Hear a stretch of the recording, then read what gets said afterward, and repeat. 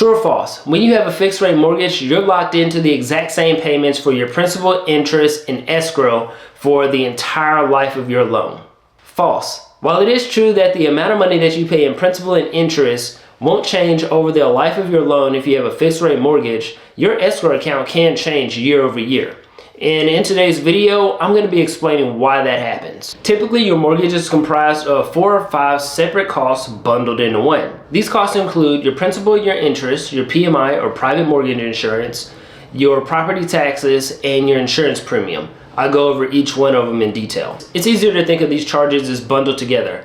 Your principal and your interest are going to be bundled together in one. When you have a fixed mortgage, the sum of these numbers will never change. For example, let's say you're paying $1,000 in principal and interest on your mortgage every single month. That may look like early on in the loan that you're paying $200 in principal and $800 in interest.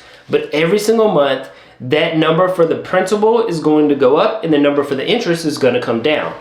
Probably by about $2 or $3 a month. But over the course of the life of the loan, your principal amount and your interest amount will eventually reverse, where you'll be paying way more in principal later on in the life of the loan, and you'll be paying just a little money in interest. The thing about it is you're still going to be paying $1,000 every single month until the life of the loan ends. Next, we'll talk about PMI. PMI stands for private mortgage insurance. It's basically insurance taken against you from the bank that makes sure that the bank gets their money back if you default on your loan. It originally became a thing after the 2008 crisis. If you put less than 20% down on your mortgage when you first went to buy your house, there's a good chance that you have PMI on your account. Most of the time, PMI is probably going to be the smallest cost associated with your mortgage, and it's probably in the form of $100 or $200. If you paid off more than 20% of your home, you're eligible to have that PMI canceled. The next two costs are property taxes and homeowner's insurance, and this is going to make up the bulk of your escrow account. These numbers get recalculated and can change every single year. So think of it as almost like an annual rent hike, even though you're a homeowner. Remember, other costs that I mentioned earlier, if you have a fixed rate mortgage, the total sum of your principal and interest do not change. So that'll stay the same for the entirety of the loan unless you decide to refinance out of the current loan that you're in. So those two go together. PMI is its own thing, so your loan may or may not have it.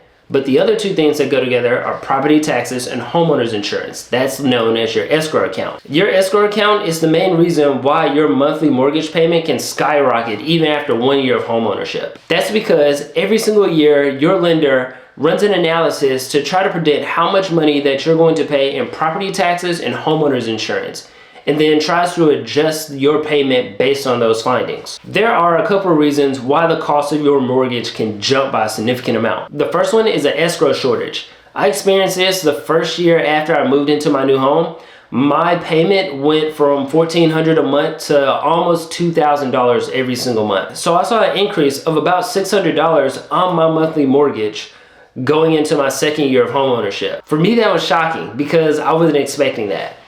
Luckily, I was already putting about $500 into the principal of the house because at the time I was determined to pay the house off faster.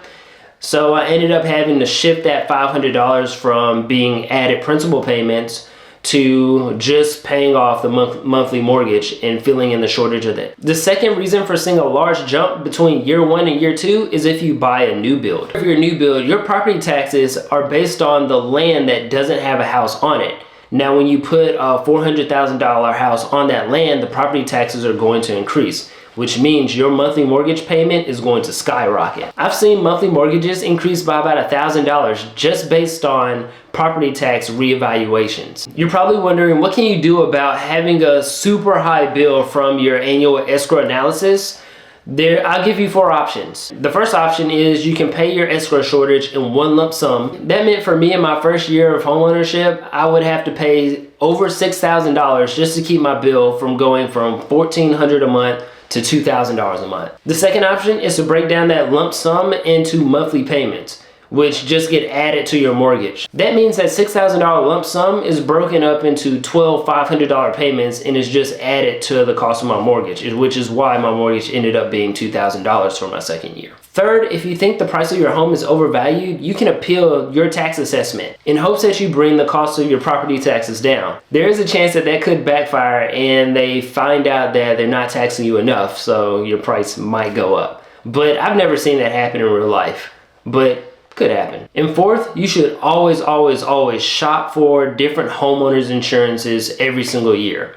That's really been the only method that I've seen to keep your prices down. Every single year that I've had homeowners insurance where I've had the same insurance provider, it goes up year after year after year. If you shop different insurances, they can compete against each other, and ultimately, hopefully, you'll win. The thing about all of those methods is you're still going to have to pay your monthly mortgage payment at an increased rate for the remainder of the year, and then you'll get a check back for whatever amount that you've paid extra into the escrow account. I've had that happen before, and the smart thing that you can do with that money is save it, because next year you're going to get reevaluated and your bill could go up just the same. So you always need to have some money in reserve to combat the rising cost of your home ownership, primarily through your escrow account. I know if you've seen any of my videos from earlier, you probably know that I already recommend to save somewhere between 2 and 4% of the total value of your home every single year, so you can have enough money to pay for home repairs. In addition to that, I also recommend saving an extra 1%,